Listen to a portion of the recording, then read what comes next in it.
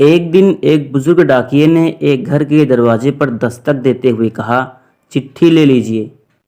आवाज़ सुनते ही तुरंत अंदर से एक लड़की की आवाज़ गूंजी, अभी आ रही हूँ, ठहरिए। लेकिन लगभग 5 मिनट तक जब कोई न आया तब डाकिये ने फिर कहा, अरे भाई, कोई है क्या? अपनी चिट्ठी ले लो। मुझे और बहुत जगह जाना है, मैं ज़्यादा देर इंतज़ार नहीं कर सकता। लड़की की फिर आवाज़ आई, डाकिया चाचा, अगर आपको जल्दी है तो दरवाजे के नीचे से चिट्ठी अंदर डाल दीजिए। मैं आ रही हूँ, कुछ देर और लगेगी। अब बूढ़े डाकिये ने झल्ला कर कहा, नहीं, मैं खड़ा हूँ, रजिस्टर्ड चिट्ठी है, किसी का हस्ताक्षर भी चाहिए। तकरीबन 10 मिनट बाद दरवाज़ा खुला। डाकिया इस देरी के लिए खूब झल्लाया हुआ तो था ही, अब उस लड़की पर चिल्लाने ही वाला था। लेकिन दरवाज़ा खुलते ही वो चौंक गया और उसकी आंखें खुली की खुली रह गई। उसका सारा गुस्सा पल भर में फुर्र हो गया। उसके सामने एक नन्ही सी अपाहिज कन्या जिसके एक पैर नहीं था खड़ी थी।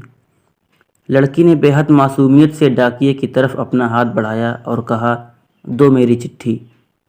डाकिया चुपचाप डाक देकर और उसके हस्ताक्षर लेकर वहाँ से चला गया। वो अपाहिज लड़की अक्सर अपने घर में अकेली ही रहती थी। उसकी माँ इस दुनिया में नहीं थी और पिता कहीं बाहर नौकरी के सिलसिले में आते जाते रहते थे।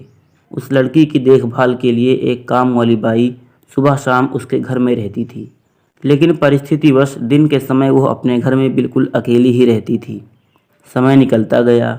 महीने 2 महीने में जब कभी उस लड़की के लिए कोई डाक आती, डाकिया एक आवाज़ देता और जब तक वो लड़की दरवाजे तक ना आ जाती तब तक इत्मीनान से डाकिया दरवाजे पर खड़ा रहता। धीरे धीरे दोनों के बीच मेलजोल और भावनात्मक लगाव बढ़ता गया। एक दिन उस लड़की ने बहुत गौर से डाकिये को देखा तो उसने पाया कि डाकिये के पैर में जूते नहीं हैं। वो हमेशा नंगे पैर ही डाक देने आता था। बरसात का मौसम आया। फिर एक दिन जब डाकिया डाक देकर चला गया तब उस लड़की ने जहाँ गीली मिट्टी में डाकिये के पाँव के निशान बने थे उन पर कागज़ रखकर उन पाँवों का चित्र उतार लिया। अगले दिन उसने अपने यहाँ काम करने वाली बाई से उस नाप के जूते मंगवा कर घर में रख लिए। जब दीपावली आने वाली थी उससे पहले डाकिये ने मोहल्ले के सब लोगों से त्यौहार पर बख्शीश चाही। लेकिन छोटी लड़की के बारे में उसने सोचा कि बच्ची से क्या उपहार मांगना, पर गली में आया हूँ तो उससे मिल ही लूँ। साथ ही साथ डाकिया ये भी सोचने लगा कि त्यौहार के समय छोटी बच्ची से खाली हाथ मिलना ठीक नहीं रहेगा। बहुत सोच विचार कर उसने लड़की के लिए चॉकलेट ले लिए। उसके बाद उसने लड़की के घर का दरवाज़ा खटखटाया। अंदर से आवाज़ आई, कौन? मैं हूँ गुड़िया, तुम्हारा डाकिया चाचा, उत्तर मिला। लड़की ने आकर दरवाज़ा खोला तो बूढ़े डाकिये ने उसे चॉकलेट थमा दी और कहा, लो बेटी, अपने गरीब चाचा की तरफ से। लड़की बहुत खुश हो गई और उसने कुछ देर डाकिये को वहीं इंतज़ार करने के लिए कहा। उसके बाद उसने अपने घर के एक कमरे से एक बड़ा सा डब्बा लाया और उस डाकिये के हाथ में देते हुए कहा, चाचा, मेरी तरफ से दीपावली पर आपको ये भेंट है। डब्बा देखकर डाकिया बहुत आश्चर्य में पड़ गया। उसे समझ नहीं आ रहा था कि वो क्या करे। कुछ देर सोचकर उसने कहा, तुम तो मेरे लिए बेटी के समान हो, तुमसे मैं कोई उपहार कैसे लूँ बिटिया रानी। लड़की ने उससे आग्रह किया कि चाचा, मेरी इस गिफ्ट के लिए मना मत करना, नहीं तो मैं उदास हो जाऊंगी। ठीक है, कहते हुए बूढ़े डाकिये ने पैकेट ले लिया और बड़े प्रेम से लड़की के सिर पर अपना हाथ फेरा, मानो उसको आशीर्वाद दे रहा हो। बालिका ने कहा, चाचा, इस पैकेट को अपने घर ले जाकर खोलना।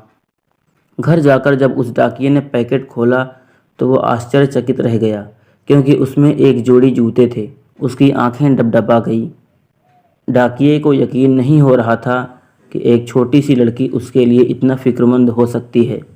अगले दिन डाकिया अपने डाकघर पहुंचा और उसने पोस्टमास्टर से फरियाद की कि उसका तबादला फौरन दूसरे इलाके में कर दिया जाए। पोस्टमास्टर ने जब इसका कारण पूछा तो डाकिये ने वो जूते टेबल पर रखते हुए सारी कहानी सुनाई और भीगी आंखों और रूंधे गले से कहा, सर, आज के बाद मैं उस गली में नहीं जा सकूंगा। उस छोटी अपाहिज बच्ची ने मेरे नंगे पाँव को तो जूते दे दिए, पर मैं उसे पाँव कैसे दे पाऊंगा। इतना कहकर डाकिया फूट फूट कर रोने लगा। दोस्तों, संवेदनशीलता का ये एक बेहद मामूली सा दृष्टांत मात्र है।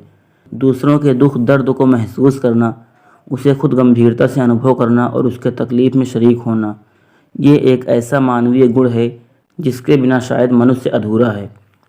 संकट की इस विकराल परिस्थिति में कोई ये नहीं समझे कि वो अकेला है, बल्कि उसे महसूस हो कि सारी मानवता व इंसानियत उसके साथ है। यकीन मानिए, सच्चाई और अच्छाई की तलाश में भले ही आप पूरी दुनिया घूम लें, लेकिन अगर वो आप में नहीं है तो फिर कहीं नहीं है।